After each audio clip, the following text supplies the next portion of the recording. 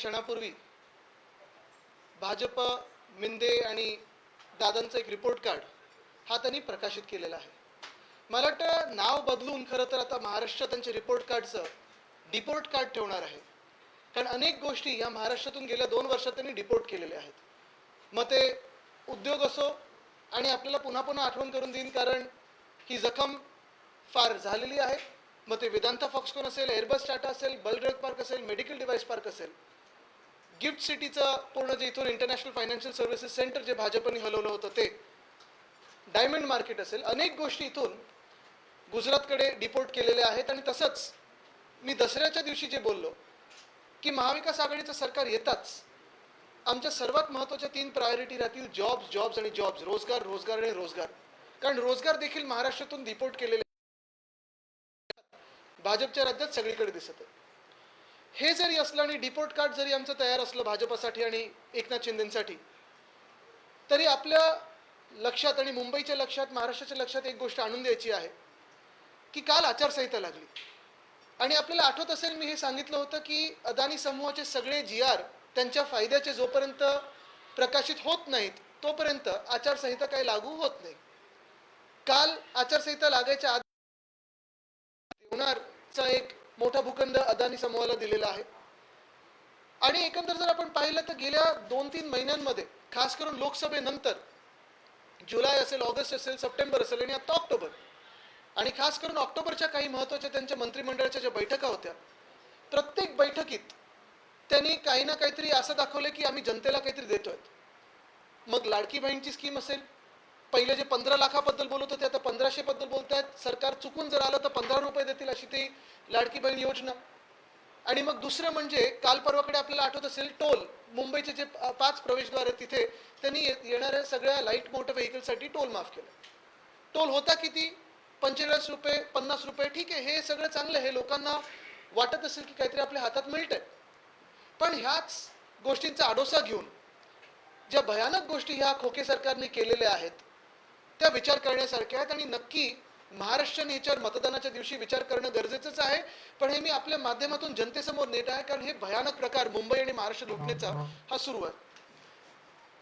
एकंदर जर आपण पाहिलं तर धारावी पुनर्विकास योजना जी आहे त्याच्याबद्दल आम्ही मित्रपक्ष सगळे आणि खास करून शिवसेना, उद्धव बाळासाहेब ठाकरे हा पक्ष सतत बोलत आलो आहोत. मग धारावीत अनेक आम्ही मोर्चे घेतले आहेत, सभा घेतलेल्या आहेत, चौक सभा घेतलेल्या आहेत, बैठकी घेतल्या आहेत आणि मुंबईत देखील घेतलेल्या आहेत. आपल्या माध्यमातून अनेक भयंकर गोष्टी धारावी पुनर्विकास योजनेबद्दल येतच असतात. पण एकंदर जर आपण आज जर विचार केला आत्ताच्या घडीला आपण कुठे आहोत, कारण हे काय कॅबिनेटमध्ये तुम्हाला वाटतं की तुम्हाला काहीतरी दिलंय, पण तुम्हाला 50 रुपयाची सूट दिली असेल, पण 50,000 कोटी चा फायदा हा अदानी समूहाला त्याच वेळी दिलेला होता. आता तुम्ही बघा, धारावी एकंदर जर पाहायला गेलं तर 300 एकरमध्ये धारावी चे झोपडपट्टी आहे आणि ज्या काही मायक्रो इंडस्ट्रीज आहेत ते आहे. ते 300 एकर रिडेव्हलप करायला पूर्ण जो भूखंड धारावीमध्ये घेतला गेला आहे, मग टाटा पॉवर रिसिव्हिंग स्टेशन असेल, माहीम नेचर पार्क असेल, रेल्वेची जमीन असेल, एकत्र करून तो आहे 540 एकर. त्याच सोबत जेव्हा टेंडर झालं, सगळं काही झालं, एका अदानी समूहाला ते टेंडर मिळालं पुनर्विकासाचं, त्यानंतर ह्या सरकारने किंवा ह्या राजवटीने, एकनाथ शिंदेंनी काय काय त्यांना दिले ह्या मुंबईमध्ये, आणि ती फुकट सवलती तर वेगळ्या. म्हणजे सवलतीमध्ये काय, TDR 40% हे अदानी ठरवणार, मग FSI त्यांना जे ठरवायचं ते, स्टेअरकेस प्रीमियम माफ, हा प्रीमियम माफ, तो प्रीमियम माफ, हे तर दिलंच सगळ्या सवलती. पण जे मुंबईत भूखंड, तुमचे आमचे मुंबईची जमीन ही त्यांना फुकटात दिली आहे. ती अशी आहे, कुर्ल्यामध्ये 21 एकर, मुलुंड, भांडूप आणि कांजूरमार्ग जर एकत्र केलं तर 255 एकर, मडमध्ये 140 एकर, आणि परवाकडे जो दिलेला आहे भूखंड तो देवनारचा आहे, तो 124 एकर आहे. तसं पाहायला गेलं तर हे देखील 540 एकर होतं. म्हणजे 540 आणि 540 मुंबईत छोटे मोठे जर दिलेले प्लॉट अदानीला सोडले तर 1080 एकर फुकटात अदानी समूहाच्या घशात एकनाथ शिंदेनी टाकलेली आहे. हे कशासाठी होतं, हे कोणासाठी होतंय? कदाचित तुम्हाला आम्हाला वाटत असेल की चला मला 1500 रुपये मिळतात, चला मला 50 रुपयाची सूट मिळाली. पण हे सगळं होत असताना जर तुम्ही 1080 एकर फुकटात मुंबईचे अदानी समूहाला देताय तर नक्की हे कुठे नेऊन ठेवता तुम्ही महाराष्ट्र, आणि कुठच्या दिशेला मुंबई नेत आहात? म्हणजे मुंबई तुम्ही गुजरातला जोडू शकत नाही तेवढे वर्ष प्रयत्न करून, मुंबई तुम्ही जिंकू शकत नाहीत, मुंबईकराला तुम्ही विकत घेऊ शकत नाही, तर काय करायचं? जोर जबरदस्तीने दादागिरी करून मुंबईच्या जमिनी आहेत, मुंबईचे जे भूखंड आहेत, मुंबईच्या हक्काचे जे जल जंगल जमीन आहे ते देऊन टाकायचं अदानीला. कदाचित अरबी समुद्राचं नाव देखील अदानी समुद्र करून टाकतील हे पुढच्या सरकारमध्ये जर आलं तर, येत नाही. पण ह्याच्यात अजून एक गोष्ट महत्वाची आहे की देवनारचा जो भूखंड त्यांनी दिला 124 एकर, माहिती काढा आपण, राज्य सरकार आणि मुंबई महानगरपालिकेमध्ये अंतर्गत वाद आहे, तो कोर्टात पण गेला होता. कदाचित ह्या प्रशासकाने त्यांना कन्सेंट दिलं असेल, पण ह्याच भूखंडावर लेगसी वेस्ट आहे, डम्पिंग ग्राउंड आहे, त्याच्यानंतर तिथे वेस्ट टू एनर्जीचा प्लांट आमच्या सरकारच्या वेळी आणि ह्या सरकारच्या वेळी देखील त्याच्यावर चर्चा सुरू होती आणि मला वाटतं जाहीर पण केला होता. मग एकंदर वाद असताना, सबज्युडिस मॅटर असताना हे सगळं एवढी घाई करून तुम्ही अदानीच्या घशात का टाकताय? बरं, एवढं सगळं 540 आणि 540 एकर जर दिले तरी धारावीतल्या प्रत्येक व्यक्तीला घर मिळणार आहे का? तर तसं नाहीये. कारण जर तुम्ही टेंडर डॉक्युमेंट बघितलं तर त्याच्यात अपात्र लोक होणार आहेत. धारावीतले साधारणपणे 1.5 लाख परिवार धारावीमध्ये अपात्र ठरवली जाणार आहेत. त्यांना तुम्ही तिथून तर हकलवणारच, तुम्ही बाहेर तर काढणारच आहेत. म्हणजे 1.5 लाख परिवारांना तुम्ही धारावीत घरं देणार नाहीत. त्याचसोबत माझ्या मुंबईचे सॉल्ट पॅन्स तुम्ही घेणार, त्याचसोबत माझ्या मुंबईच्या जागा तुम्ही फुकटात घेणार, त्याचसोबत मुंबईत तुम्ही साधारणपणे जर आत्ता पाहिलं तर धारावीचं जर सोडलं आणि इतर हे जे 540 एकर मी बोलतोय त्याच्यात 7 लाख स्क्वेअर फूटचं कन्स्ट्रक्शन हे लोक करणार आहेत. 7 लाख स्क्वेअर फूट. आपल्याला मिळतात किती? 1500 रुपये महिलांना, 50 रुपयाची सूट टोलवर. म्हणजे एका बाजूला आपल्याला काहीतरी फसवायचं आणि दुसऱ्या बाजूला काम करायचं अदानीसाठी. म्हणजे तुम्ही बघा ना आता जे मुंबईत झालेलं आहे, मध्यंतरी माझ्या कानावर बातमी आली होती की उत्तर प्रदेशमध्ये काही ठिकाणी भाजपाने साईबाबांना विरोध केला होता, त्यांच्या मूर्त्या झाकल्या होत्या, कारण ते काय म्हणाले होते, सबका मालिक एक है. भाजपचा याला विरोध आहे, ते बोलतात सबका मालिक अदानी आहे. एकनाथ शिंदेचा याला विरोध आहे, ते म्हणतात सबका मालिक अदानी आहे. आणि ते करायला हे मागे लागले. तुम्ही विचार करा, साधारणपणे जर यांनी 7 लाख स्क्वेअर फूटचं कन्स्ट्रक्शन या मुंबईमध्ये केलं, धारावी सोडून, धारावीत वेगळं, तर कमीत कमी ह्या 7 लाख स्क्वेअर फूट मधून 1 लाख कोटी अदानी समूह कमवणार आहे. मी परत एकदा सांगतो, कोणीही मुंबईत कमवण्यात आम्हाला काही विरोध नाहीये. मुंबई ही स्वप्न नगरी आहे. मुंबईत अनेक युवा युवती प्रत्येक दिवशी येतात, रोजगारासाठी येतात, नोकऱ्यांसाठी येतात, स्वतःचं काहीतरी सुरू करण्यासाठी येतात. नक्की करावं, मुंबईत येऊन मोठं व्हावं. मुंबईत येऊन तुम्ही जगातले सर्वाधिक पैसे कमवणारे व्यक्ती बना, आम्हाला अभिमान असेल. पण मुंबई लुटून चालणार नाही. आणि म्हणून आम्ही निर्णय घेतलेला आहे, महाविकास आघाडी म्हणून आहे, शिवसेना उद्धव बाळासाहेब ठाकरे पक्ष म्हणून आहे, आणि उद्धव साहेबांचं देखील हीच भूमिका आहे की आमचं सरकार आल्यानंतर हे जे काही अतिरिक्त अदानी समूहाला दिलेलं आहे ते आम्ही रद्द करणार म्हणजे करणारच. आणि मुंबईची हक्काची जमीन, मुंबईच्या हक्काचा जो काही रेव्हेन्यू आहे तो दुसऱ्या कुठच्याही समूहाला देता कामा नाही आणि देणार नाही. हे सगळं रद्द करायला लागणार. ठीक आहे, तुम्हाला धारावीत जेवढं काही मिळालं आहे त्याच्यात कोणालाही अपात्र न करता तिथे तुम्ही बनवू शकत असाल तर आनंद आहे, तेवढं करा. टेंडरच्या बाहेर जर जात असाल, टेंडरमध्ये तुम्हाला जमत नसेल तर टेंडर रद्द झालं पाहिजे. आणि आमची तर मागणी आहे की एवढं सगळं करायच्या ऐवजी मग पीटीसी जो अदानी समूहाने बँड्रा एक्लेमेशन इथे MSRDCचा प्लॉट घेतला, तिथे बांधा ना ट्रान्झिट कॅम्प. 28 एकरचा भूखंड आहे तो, बांधा तिथे ट्रान्झिट कॅम्प. पण कुठेतरी मुलुंडमध्ये स्थानिक आमदारांनी प्रॉमिस केलं होतं लोकसभेच्या वेळी की आम्ही तो रद्द करून घेऊ. लोकसभा होऊन 4 महिने झालेत, रद्द झालाय? नाही झालाय. कुर्ल्यामध्ये मदर डेअरीचा प्लॉट होता, तिकडच्या स्थानिक गद्दारांनी प्रॉमिस केलं होतं जनतेला की आम्ही रद्द करून देऊ, रद्द झालाय? नाही झालाय. उलट अजून भूखंड दिले गेले, देवनार असेल, मड आयलंड असेल, सगळीकडे असेल. मग ही लूट नक्की कोणासाठी चालली आहे, कशासाठी चालली आहे? आणि महाराष्ट्र जर असा अदानी समूहाच्या घशात घालायला लागलो तर आपल्याला कोणाला इथे राहायला जागा राहणार नाही. जे कोणी स्वतःला मुंबईकर समजतात, जे कोणी स्वाभिमानी मुंबईकर असतील, जे कोणी महाराष्ट्रात या देशाचे नागरिक म्हणून राहतात आणि या देशाचे टॅक्स भरतात, किंवा त्यांना वाटतं की या देशाची प्रगती झाली पाहिजे, त्यांनी देखील हा विचार केला पाहिजे की आज जसं महाराष्ट्राला लुटलं जात आहे, ह्याच्यात देशाची प्रगती आहे की अदानी समूहाची प्रगती. हे विचार करून मला वाटतं पुढची पावलं आपण टाकली पाहिजे. मागच्या आठवड्यात तुम्ही पत्रकार परिषद घेतली होती, त्यामध्ये तुम्ही आयुक्तांना खगराणेंना यांनी पत्र लिहिलं होतं की इथला जो प्रीमियम आहे तो तुम्ही का माफ केला, त्या संदर्भातलं काही उत्तर आलेलं नाहीये. आणि कदाचित ह्याच गोष्टीसाठी गेल्या 2 वर्षात निवडणुका घेतल्या नव्हत्या. जर आज प्रशासक नसते आणि तिथे स्थानिक स्वराज्य संस्था असती, मुंबई महानगरपालिका असती, तर सगळ्या पक्षाचे नगरसेवक असते, सगळ्या पक्षाचे इम्प्रूव्हमेंट कमिटी असती, स्टँडिंग कमिटी असती, जनरल बॉडी असते, आणि त्याच्यातून हे सगळं पास केलं असतं का कोणी? तर म्हणूनच तर प्रशासक आणलेत. ती पत्र पण आहेत माझ्याकडे सगळी.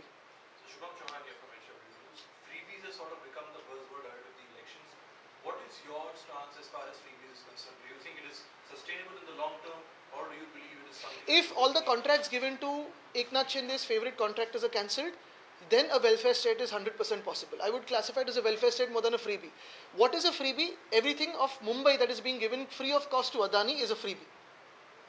तुम्ही आता ज्यांचा उल्लेख केला की आपण आमचं सरकार आल्यानंतर आम्ही या सगळ्या जागा, या व्यतिरिक्त उद्धवजी त्या दिवशी भाषणामध्ये म्हणाले की ज्या ज्या गोष्टी चुकीच्या झाल्या त्या मी रद्द करू. याच मुद्द्यावर आता युतीची जी प्रेस कॉन्फरन्स झाली त्याच्यामध्ये त्यांनी म्हटलं की हे लोक लाडकी बहीण योजना सुद्धा बंद करतील जर यांचं सरकार आलं.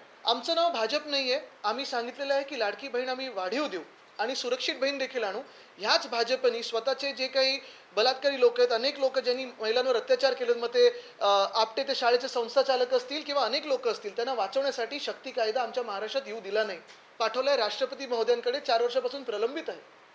आणि हे सगळं जे भाजपला 1,500 रुपये असेल किंवा 50 रुपयाचं टोल असेल ते आत्ता गेल्या 2-4 महिन्यांमध्ये आठवलं नाही, तर गेल्या 1 महिन्यात आठवलेलं.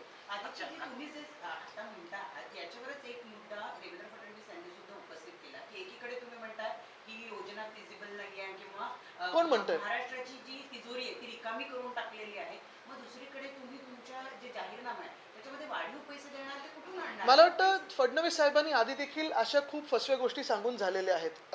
नाशिक दत्तक घेणार होते, अनेक गोष्टी अशा त्यांनी सांगितल्या होत्या. वेदांता फॉक्सकॉनपेक्षा मोठं काहीतरी येणार होतं. मला वाटतं त्यांनी स्वतः जी काही गृह खात्यात गडबड करून ठेवली आहे त्याच्यावर फोकस करावं. आणि दुसरी गोष्ट म्हणजे सबका मालिक अदानी आहे, ही त्यांची जी भूमिका आहे ती जरी रद्द केली ती महाराष्ट्राच्या प्रत्येक जनतेला खूप काही मिळेल. ते असं म्हणतात की गुजरातचे ब्रँड अँबॅसेडर महाविकास आघाडीचे नेते आहेत, सगळ्यात जास्त गुंतवणूक महाराष्ट्र 1 नंबर. मी त्यांच्याबरोबर तुतुममे करायला इंटरेस्टेड नाही. असतील तर त्यांनी समोरासमोर यावं आणि तेही मुख्यमंत्र्यांनी यावं. पण महत्त्वाची गोष्ट एकच आहे की आज जे काही मी बोलत आहे हे खरं आहे की नाही, हे सरकारी GR मध्ये आहे की नाही, आणि हे त्यांनी खोडून का नाही काढलं जर मी खोटं बोलत असेल तर. जो प्रीमियमचा विषय काढला होता, एका तरी मंत्र्यांनी किंवा नगरविकास मंत्र्यांमध्ये हिंमतही येऊन समोर बोलायला की आम्ही खोटं बोलतोय. खोडून काढावं मी जे काही बोलतो ते.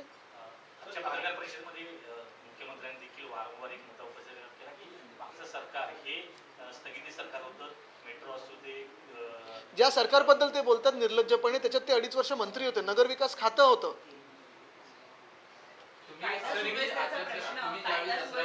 भाषणामध्ये पण म्हटलं होतं अदानी समूहाला जेवढं मुंबईमधून देता येईल तेवढं दिलं जाईल आणि त्यानंतर आचारसंहिता लागू होईल. आता आचारसंहिता लागू झाली, तुम्हाला वाटतं अदानी समूहाला सर्व काही आता दिलं जाईल? हे तर दिलेलंच आहे सगळं काही. 7 लाख स्क्वेअर फूटचं कन्स्ट्रक्शन, 1 लाख कोटी ह्याच्यातून कमवतील, धारावीतून वेगळं. आमची तर मागणी आहे की PTC ह्या बँड्रा रेक्लेमेशनच्या प्लॉटवर व्हावी. आणि दुसरी मागणी हीच आहे की मुंबईत आपण पाहतो सरकारी कर्मचारी असतील, पोलीस कर्मचारी असतील, जे रिटायर्ड आहेत, ज्यांना घरं पाहिजेत, त्यांना स्थानिक तिकडे आहेत तिथे मिळावे. तिथे नसेल तर धारावीत त्यांनी बांधून द्यावी. आमची तर ही पण मागणी राहिली की इंटरनॅशनल फायनान्शियल सर्व्हिसेस सेंटर धारावीत यावं. कारण 300 एकर हा जो हटमेंट्स आणि मायक्रो इंडस्ट्रीजची जागा आहे ती तिकडेच होऊ शकते. आणि अधिकचा जो त्यांनी हे घेतलेला आहे, एरिया घेतलेला आहे, त्याच्यात बनवू शकतं सगळं काही. सर्व काही देऊन झाले असं वाटतंय का? सगळं काही देऊन झालेलं आहे. जेव्हा आचारसंहिता उठेल तेव्हा आमचं सरकार बनलेलं असेल आणि आम्ही सगळं काही रद्द करू. एक मिनिट, एक करतो. धारावी पुनर्विकास संदर्भात वारंवार तुम्ही पत्रकार परिषद घेऊन पुरावे सादर केलेले आहेत. इतकं येतं, पण तुम्ही वारंवार हे सांगितलं जातं तर कोर्टात का जात नाही किंवा कोर्टात का दाखवा? कारण आता जाऊ दे, त्या विषयावर मला जास्ती बोलायचं नाही. आता आम्ही पण 2 वर्ष कोर्टात आहोत. काल आचारसंहिता लागलेली आहे. आदित्यजी, ज्यांचे स्वतःचे गृहमंत्री एका उद्योगपतीच्या घराच्या बाहेर जिलेटिनच्या कांड्या ठेवण्याच्या प्रकरणामध्ये जेलमध्ये गेले, त्यांनी कायदा सुव्यवस्थेचा प्रश्न आम्हाला सांगू नये. मला वाटतं मी जसं सांगितलं ना, त्यांच्या तुतुमैमेला मी आज इथे बसलोच नाहीये. त्यांचं डिपोर्ट कार्ड हे रेडी आहे. मुख्य गोष्ट हीच आहे की आज जे मी काही बोलत आहे अदानी समूहाबद्दल ते फार महत्त्वाचं. आणि तुम्हाला हे परत एकदा सांगतो मी, येत्या 20 दिवसामध्ये जेव्हा निवडणुका आहेत तेव्हा प्रत्येक गोष्टींवर हे वाद करण्याचा प्रयत्न करणार. जातीमध्ये असेल, धर्मामध्ये असेल, जिल्ह्यामध्ये असेल किंवा हाऊसिंग सोसायटीमध्ये पण वाद निर्माण करण्याचा प्रयत्न करतील. कारण भाजपची पॉलिसी आहे डिवाइड अँड रूल. आणि एकदा ते झालं की सगळं जे काही जल, जंगल, जमीन, समुद्र पण हे अदानीच्या घशात घालतील. आदित्य जी, आज रिपोर्ट कार्ड पेश किया है महायुति ने और अपने काम गिनाए हैं और उसी आधार पर जनता से वोट मांगे हैं, क्या? उनका रिपोर्ट कार्ड नहीं, उनका अभी डिपोर्ट कार्ड, डिपोर्टेशन का कार्ड तैयार हो गया है. क्योंकि आपको पता है 2-3 चीज़ें इसमें है. एक तो जनता उनको डिपोर्ट करेगी क्योंकि पिछले 2 साल में जब से उन्होंने सरकार बनाई है, एक तो इलीगल सरकार बनाई है. महाराष्ट्र में उन्होंने सारे जो इंडस्ट्रीज थे, जॉब अपॉर्चुनिटीज थे, उन्होंने डिपोर्ट कर दिए गुजरात को.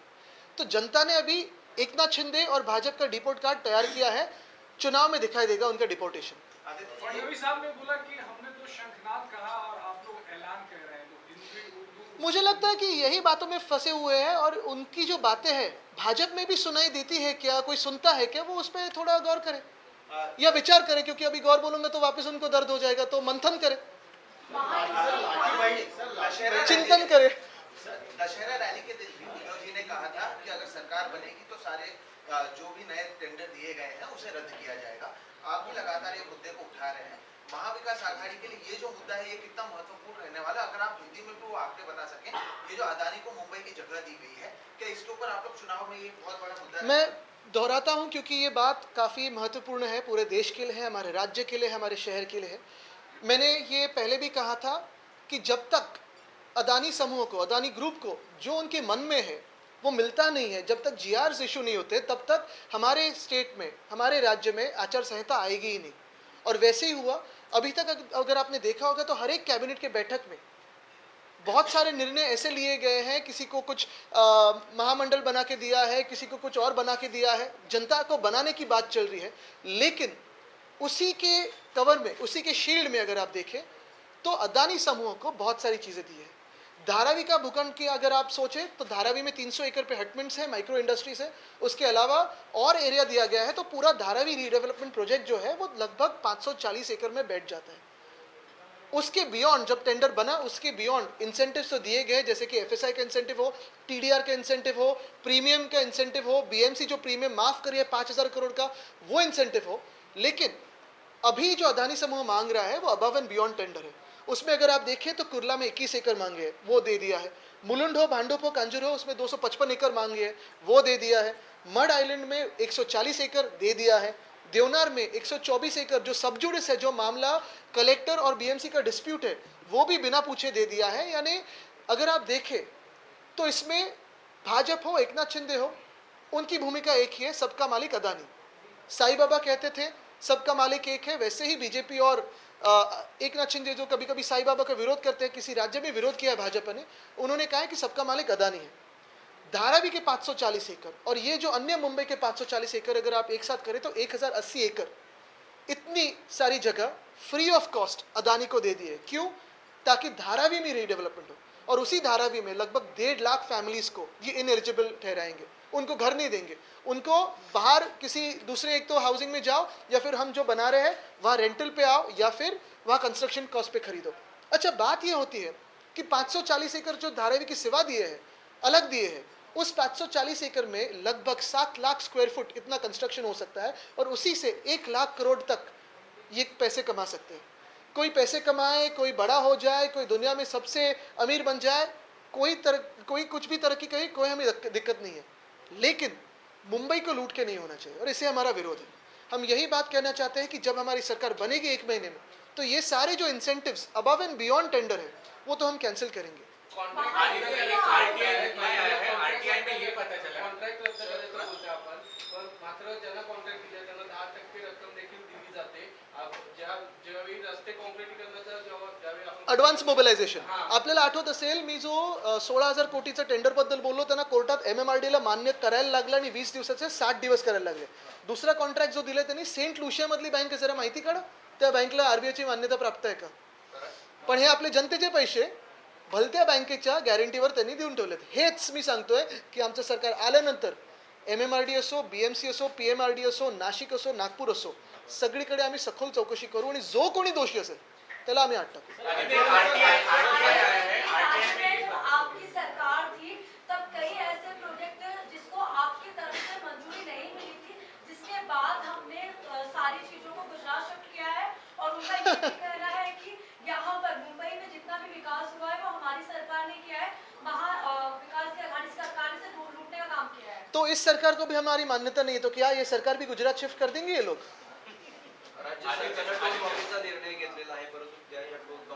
माहिती येते अजून माहिती येते, ते पण आपण एक्सपोज करू। जिसमें ये पता चला है कि लाड़की बहन योजना के लिए महाराष्ट्र सरकार ने 200 करोड़ से ज्यादा का खर्चा किया है।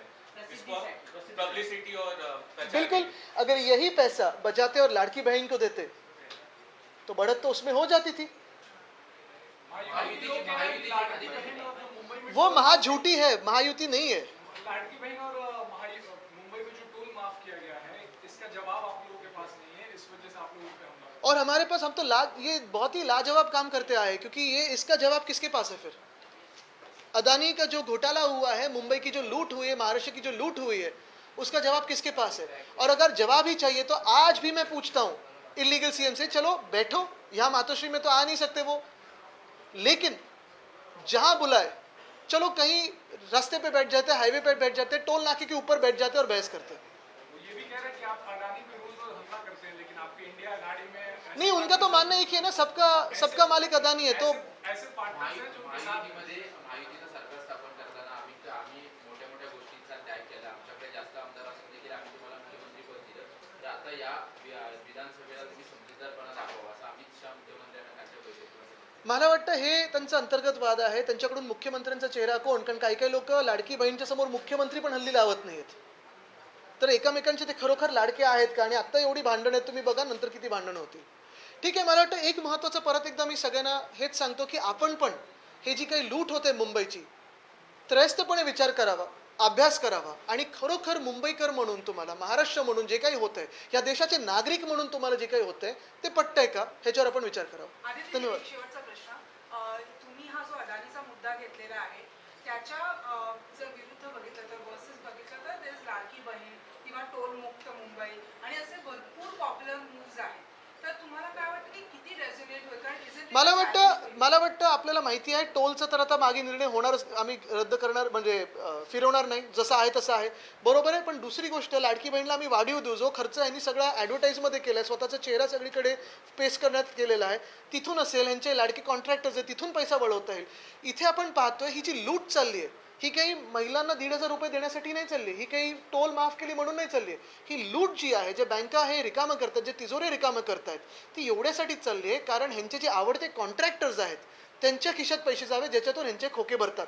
ह्यांची लूट एवढ्यासाठीच चालली की ह्यांचे जे मालक आहेत, भाजप आणि एकनाथ शिंदेचे अदानी, त्यांच्या खिशात पैसे जावे, त्याच्यामुळे ह्यांना पैसे मिळतात. कदाचित ही सगळी जागा घेऊन उद्या अदानी समूहाने मॉर्गेज केली कुठच्या तरी जागतिक लोनच्या विरुद्ध, तर शक्यता आहे, काही होऊ शकतं. तर मुद्दा हा आहे की आपण आपल्या मुंबईची जमीन कितपत सोडायची, आणि ह्या काही ज्या काही स्कीम्स असतात, काही स्कीम्स ह्या निरंतर चालू राहतात. मग लाडकी बहीण असेल, टोल माफी असेल, ह्या चालू राहणार. पण हे सगळं त्यांना आत्ता का आठवलं? 2 वर्षापासून सरकार आहे ना, मग टोल माफी आधी का नाही केली? 2 वर्षापासून सरकार आहे ना, मग लाडकी बहीण तेव्हा का नाही दिलं? 15 लाख देणार होते ते 1500 बद्दल आले, बोलायला लागलेत, आणि असं बोलतायत जसं काही उपकार करतायत. मिळाले पैसे, मिळाले, काय करणार?